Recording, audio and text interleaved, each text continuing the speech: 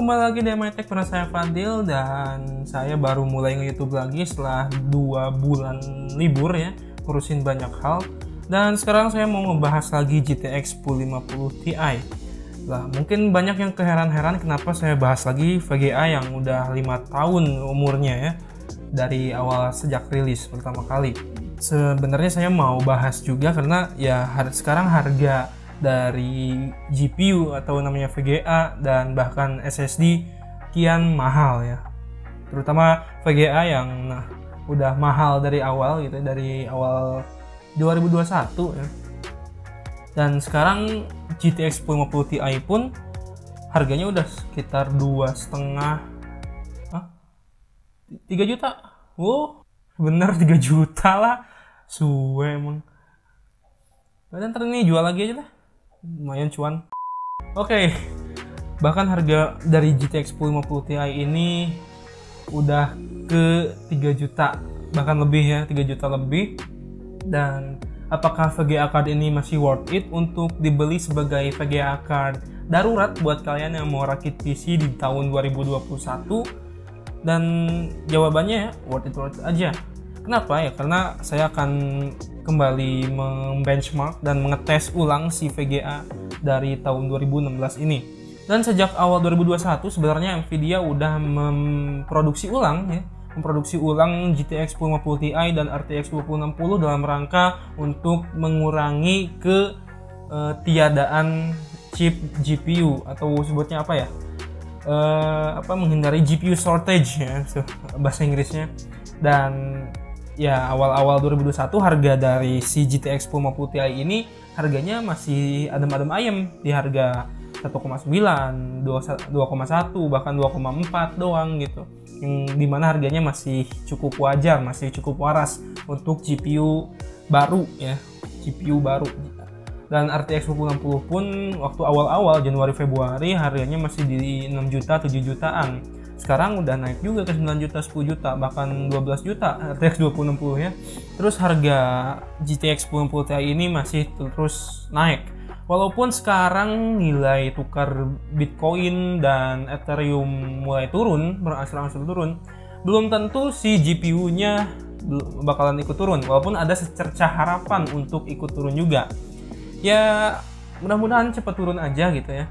Dan video ini juga bisa jadi guide buat kalian yang mau rakit PC atau yang mau minang si GTX 1050 Ti ini di tahun yang pahit ini ya. Untuk turunnya harga dari GPU saya nggak tahu kapan turunnya, karena ya supply dan demand-nya aja sekarang masih belum memadai.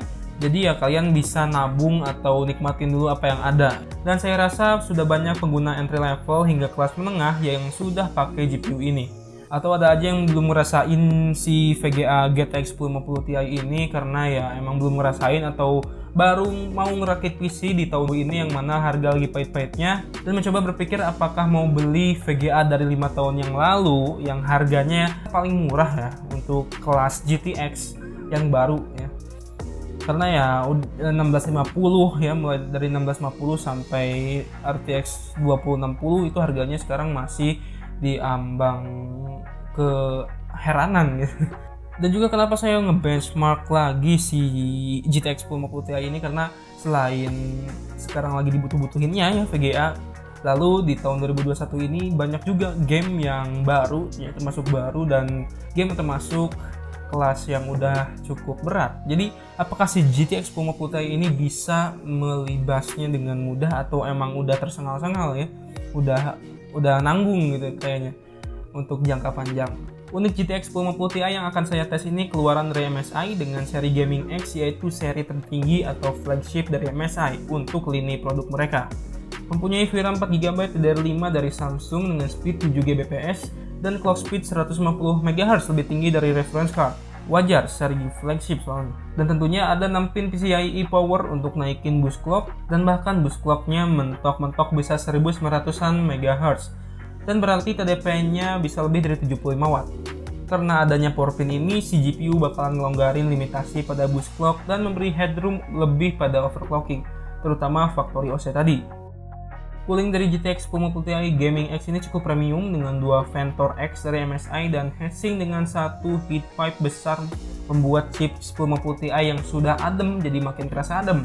Apalagi saat dipakai game ringan, fan-nya akan berada di kondisi 0 dB mode yang mana bakalan nyala saat menyentuh 60 derajat si fan-nya. Tentu saat stress test GPU ini gak ada kendala sama sekali pada suhunya. MSI GTX 1050 Ti Gaming X pun belum ada backplate, gak seperti kakak-kakaknya. Urusan desain yang mencolok hanya pada LED yang tersedia di sini. Dan ingat, ini varian tertinggi 1050 Ti yang MSI punya.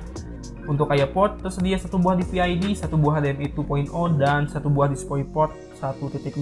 Sistem yang saya gunakan untuk mengetes si GTX 1050 Ti ini mempunyai spek dengan CPU Ryzen 9 5900X yang jalan di 4,4 GHz, motherboard ASRock X570 Ti-Chi, RAM G-Skill Trident Z Royal 2x8GB 3600 MHz, Aerocool Silent 4, Corsair VS550 V3, LG 22MN430 Full HD, SSD 120GB dan harddisk 1TB.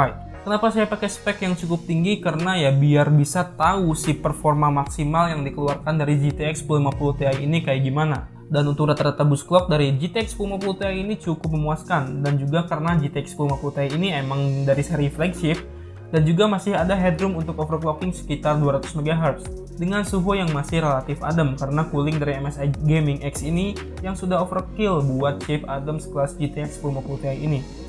Dan sekedar penilaian dari MSI GTX 1050 Ti Gaming X ini, untuk desainnya udah sangat-sangat gaming, namun sayangnya belum dibekali backplate. Kesan premiumnya jadi kurang deh. Untuk performa, setelah kita benchmark di 3D Mark Firestrike, GTX 1050 Ti ini dapat skor yang konsisten di 8000-an.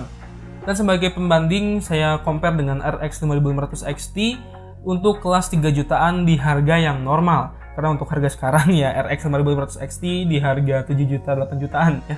Jadi beda lagi. Jadi terlihat bahwa worth it enggaknya itu bagaimana sih bila kita bandingkan apa yang kita dapat sebelum dan sesudah harga GPU naik. Tentu cukup jauh dan cukup disayangkan. Dan dengan performa segini kalian masih bisa enjoy rata-rata game zaman sekarang di resolusi 1080p di 30-60 fps dengan setting grafik yang menyesuaikan juga.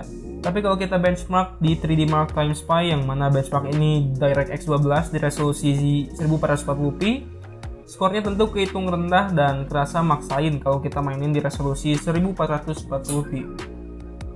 Dan kita masuk ke benchmark game untuk Final Fantasy 15 dan dapetin skor di 4300-an. Cukup tinggi untuk kelas GTX 1050 Ti ini dan skor segini umumnya masih ngasih experience game yang masih playable.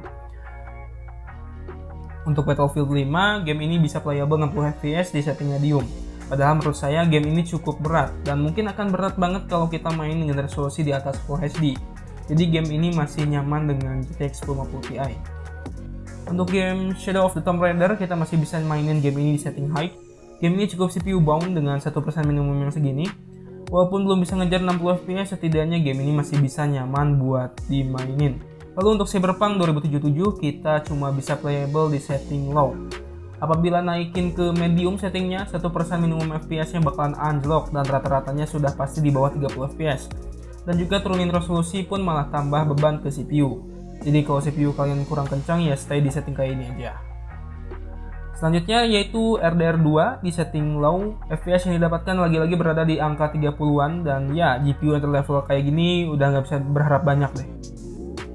Selanjutnya untuk Genshin Impact, game ini harusnya mudah aja buat dapetin 60 fps di setting ultra dengan render scale di 1.0. Namun akan drop FPS pada scene lagi rame atau lagi lawan monster karena game ini jenisnya RPG dan bisa dibilang game santai. Setting ultra dengan manjain mata udah jadi kewajiban, so GTX 1050 Ti ini masih bisa jadi pilihan ideal buat game ini.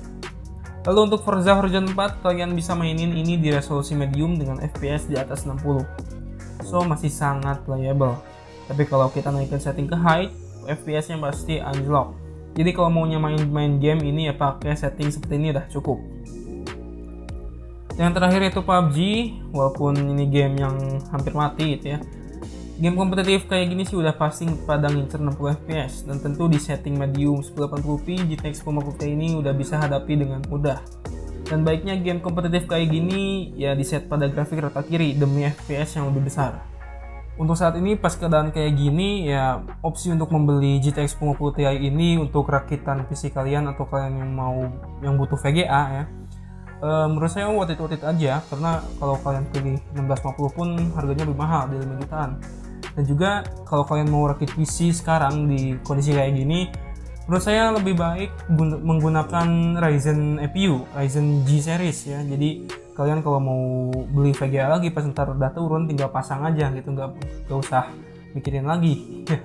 Dan ya untuk iGPU-nya pun masih cukup kepake lah untuk performanya, nggak parah-parah amat. Dan juga walaupun ya Ryzen sekarang sama-sama mahal, setidaknya nggak bikin budget kalian lebih bengkak lagi kalau harus tambah lagi VGA gitu ya. Dan misal kalau kalian beli GTX 1050 Ti ini dan harga VGA turun, saya rasa kalian nggak akan terlalu rugi dibandingin kalian langsung beli VGA yang lebih mahal ya, RTX series, ntar harganya anjlok gitu ya. Ini menurut saya nggak akan terlalu rugi. Lagian VGA ini untuk jangka panjang nggak akan terlalu enak buat dipakai gitu, kecuali dalam skenario esports atau ya game-game kompetitif yang mana nggak terlalu butuhin grafik yang tinggi. Harga dari GTX 1050 Ti ini masih belum ada bandingannya untuk ya VGA lain gitu di sekelasnya. Mungkin untuk RX 560 mungkin ya setarannya gitu ya, ada di harga 3 jutaan. So pertimbangin aja buat kalian yang mau build PC di tahun 2021 dan berencana buat pakai GTX 1050 Ti, atau yang mau beli GTX 1050 Ti juga gitu ya, yang udah punya PC. Dan kalau kalian mau GTX 1050 Ti ini, saya rencananya mau jual di toko ijo ya. Nanti tungguin aja, saya bakalan bikinin linknya di deskripsi. Jadi stay on aja, dan juga dengan harga yang bersahabat. Beda, harganya masih lebih murah lah ya. So komen aja di bawah gimana sih pendapat kalian tentang GTX 1050 Ti yang harganya ikutan naik. Oke, jangan lupa like, share, dan subscribe apabila video berserta channel ini menarik dan bermanfaat buat kalian. Follow sosial media MI Tech dan juga join Discord MI Tech, link semuanya ada di deskripsi. Saya Fadil seperti biasa, stay safe, see you next time. Wassalamualaikum.